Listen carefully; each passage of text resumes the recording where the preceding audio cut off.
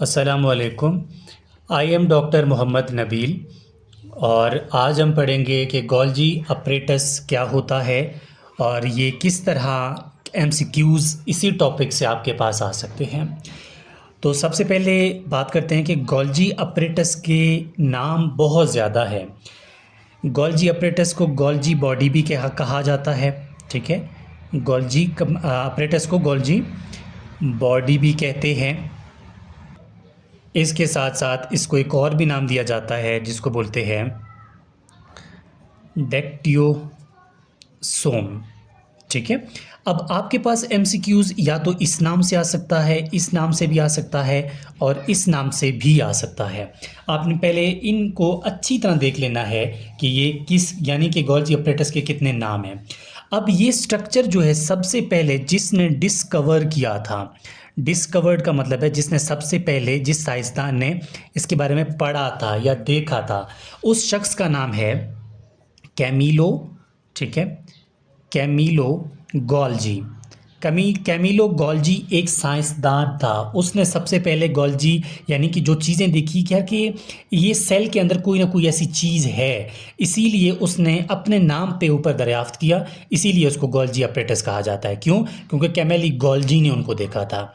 अब ये कब किया था? तो ये डेट आप याद रख लें कि 1898 में किया था।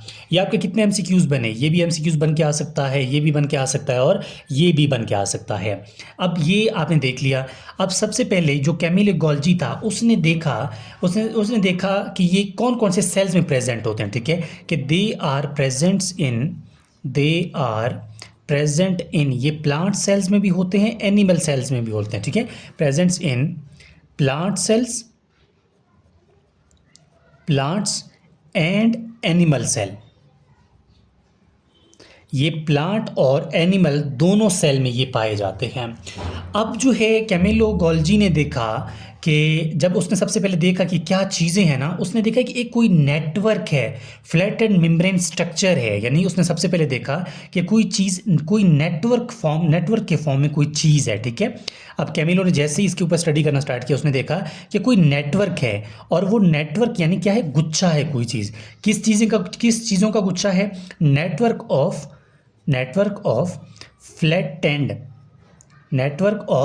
फ्लैट एंड मेम्ब्रेन स्ट्रक्चर्स हैं, कुछ फ्लैट एंड मेम्ब्रेन स्ट्रक्चर्स हैं, ठीक है। यानी गोल्जी ने देखा कि कोई ऐसी फ्लैटेंड स्ट्रक्चर है, ट्यूब्यूलर स्ट्रक्चर है जो कि मेम्ब्रेन बाउंडेड है। इसके ऊपर क्या है? एक मेम्ब्रेन है।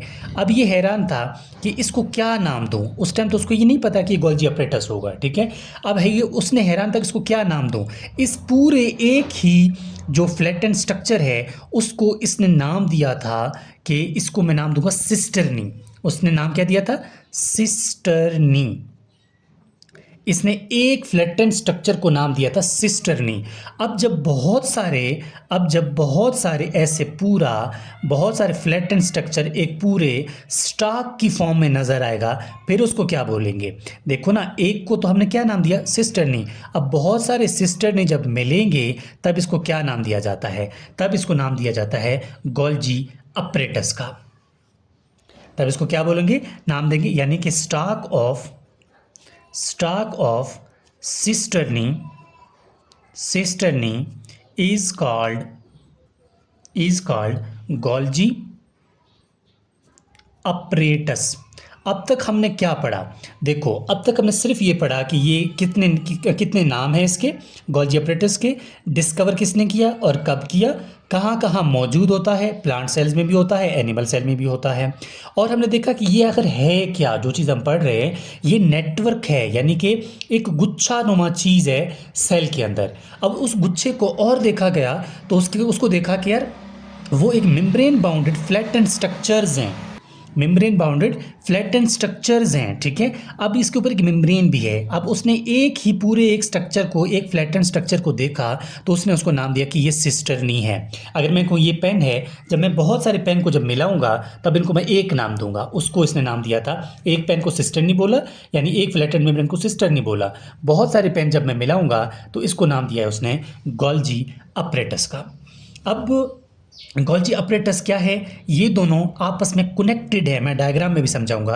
आप लिख सकते हैं कि दे ऑल आर, यानी सिस्टरनी की बात हो रही है, they all are interconnected. Interconnected, ये मैं समझाऊंगा, इंटरकनेक्टेड टू ईच अदर। अब किस तरह, देखो ये मैं डायग्राम बना रहा हूँ, यानी ये एक फ्लैटेन स्ट्रक्चर है, ठीक है, ये पूरा एक फ्लैटेन स्ट्रक्चर है ये, और ये यहाँ से एक नेटवर्क, ये इंटरकनेक्टेड हो गया दूसरे के साथ, क्योंकि यहाँ से एक स्टार्ट होगा, ये दूसरा होगा, ठीक है, और ये यहाँ से तीसरा होगा। देखिए ये क्या है, ये आपस में कनेक्टेड हैं, ये आपस में क्या है, एक दूसरे से कनेक्ट हैं। ये इसीलिए हमने लिखा कि they all are connected to each other, यानी ये एक दूसरे से क्या है, पूरी तरह कनेक्टेड हैं। अगर मैं इसको यहाँ से उठाऊंगा तो पूरा का पूरा उठ जाएगा, क्यों, क्योंकि ये एक दूसरे से कनेक्ट हैं, तो इसीलिए हम नाम दिया कि they all are connected to each other.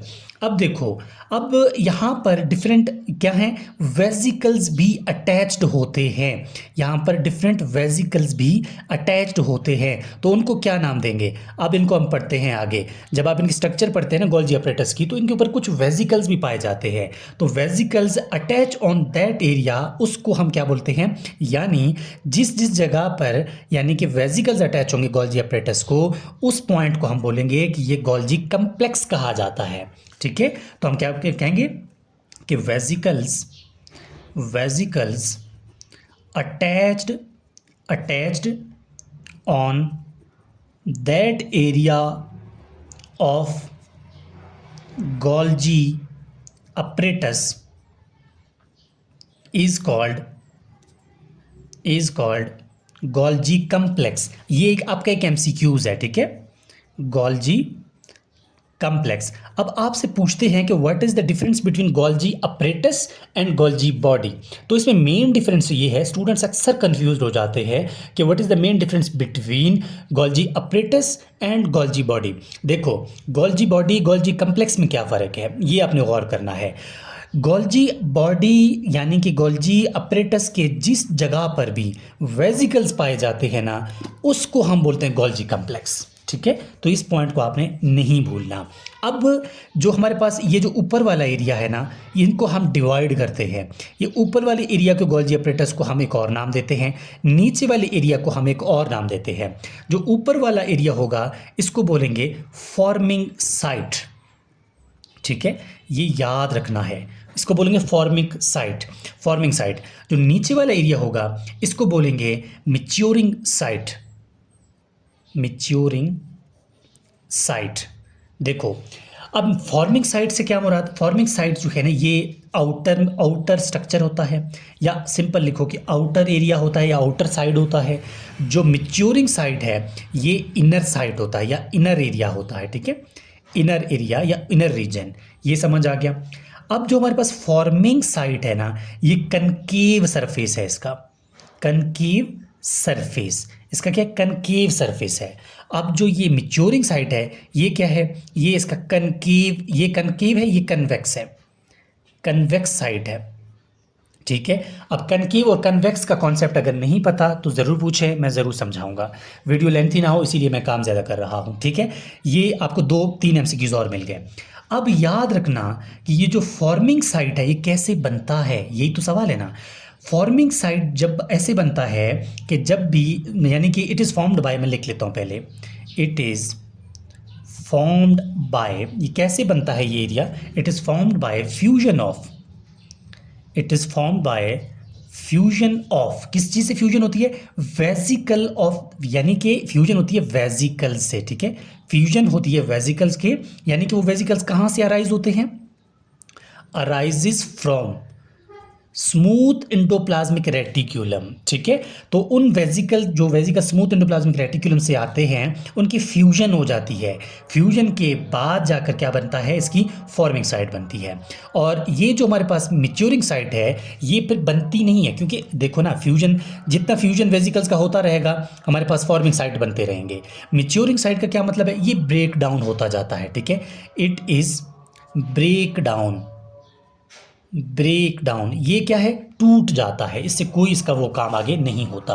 अब हम बात करते हैं मेन फंक्शंस की, यानी कि कौन कौन से फंक्शंस हैं काम हैं गोल्जी अपरेटस या फिर गोल्जी बॉडी के। तो आप कह सकते हैं सबसे पहले कि ये क्या है, सेलुलर रेस्पिरेशन में काम आता है, सॉरी सेलुलर सिक्रीशन में काम आता है। सेलुलर सिक्रीशन में क्या आता है, सेलुलर सिक्रीशन में गोल्जी अपरेटस काम करता है, हेल्प करता है। अब किस तरह, देखो अगर मिसाल के तौर पर ये क्या है, सेलुलर सिक्रीशन में सबसे पहले क्या बना, ये हमारे पास RER है, यानी कि सॉरी सबसे पहले ये हमारे पास क्या राइबोसोम्स हैं, ठीक है। एग्जांपल ये हमारे पास क्या है, राइबोसोम्स हैं। ये राइबोसोम जैसे ही बने, ये क्या है, राइबोसोम। ये राइबोसोम हमारे पास आया, राइबोसोम ने ट्रांसफ़र होना है किसके पास, रफ एंडोप्लाज्मिक रेटिकुलम के पास जाना है, ठीक है। रफ एंडोप्लाज्मिक रेटिकुलम के पास आना है, और रफ एंडोप्लाज्मिक रेटिकुलम के बाद ये जो हमारे पास राइबोसोम्स हैं ये गोल्जी बॉडी के पास जाएंगे, यानी गोल्जी अपरेटस के पास जाएंगे। ये गोल्जी अपरेटस के पास आ गए, गोल्जी अपरेटस के बाद गोल्जी अपरेटस क्या करता है, इसकी पैकिंग करता है, ठीक है। इसकी फाइनल क्या करती है, पैकिंग करता है। तो याद रखना सेलुलर सिक्रीशन में काम करता है, इसके अलावा ट्रांसपोर्टेशन में भी काम करता है। ये ट्रांसपोर्टेशन में गोल्जी अपरेटस का रोल है। मोडिफिकेशन ऑफ प्रोटीन्स और लिपिड्स में काम यानी हेल्प करता है। Modification of protein plus lipids, उसमें क्या है, इसका बहुत अच्छा खासा रोल है। क्यों, जैसे ये प्रोटीन कार्बोहाइड्रेट के साथ मिल जाते हैं तो ग्लाइकोप्रोटीन बनते हैं। लिपिड अगर कार्बोहाइड्रेट के साथ मिलते हैं यानी कि वो फिर क्या बनते हैं, ग्लाइकोलिपिड बन जाते हैं।